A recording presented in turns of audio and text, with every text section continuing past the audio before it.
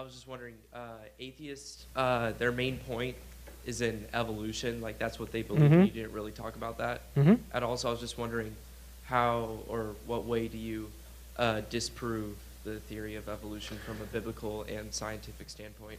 Okay, we have a couple of chapters in the book on that, so I'll just give you the 2-minute answer. First thing, when you talk about evolution, you have to ask people, what do you mean by evolution? Because the word can mean so many different things. If it means change over time, count me in, we see that. If you mean microevolution, adaptation within a type, count me in, we see that. But if you mean molecules to man without any intelligence, count me out, because I don't think there's evidence for it. In fact, I think there's evidence against it. Let me just give you a few reasons to believe that the Darwinian, neo-Darwinian view of the world doesn't make sense. Number one, believe it or not, is the fossil record. The major body plans appeared instantaneously, virtually, in the fossil record called the Cambrian explosion. They just pop into existence, it seems, without any fossil precursors. This is what Stephen Meyer talks about in his book called Darwin's Doubt, because this is the doubt Darwin had. He said, look, why aren't all these geological strata filled with all these intermediate types if my view is correct? And he said, well, if we keep searching the geological strata, one day we're going to find all these intermediate types. Well, we've been searching it for 150 years and we don't find that. Also, there's something called irreducible complexity, that things can't evolve in a gradual manner and still have function. All the parts need to be there at the same time in order to have something that's in working order. Also, there's a new discovery, relatively new, called epigenetic information, and epigenetic information is the structure of the cell.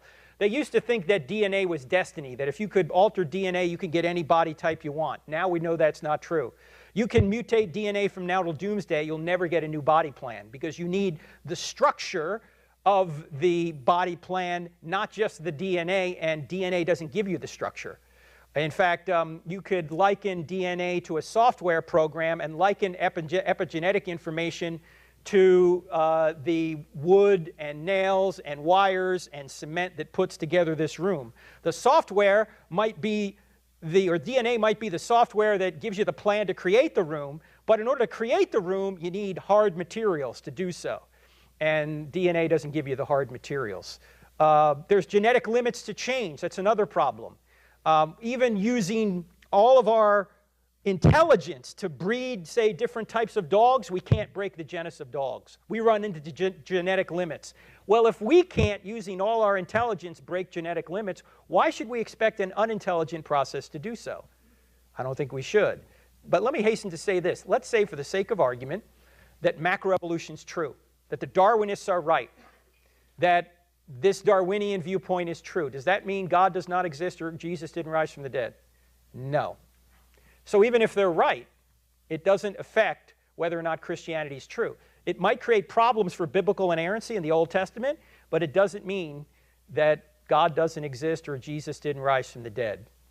And let me say one last thing about this. Even if macroevolution is true, it requires God. Why? Well, because you need a universe in order to have biological evolution. And you need the laws of nature to be what they are to drive evolution, and that requires a mind to keep them going in the direction like we spoke earlier. So you don't get rid of the need for God even if macroevolution is true. Thank you. All right, thank you. Good question.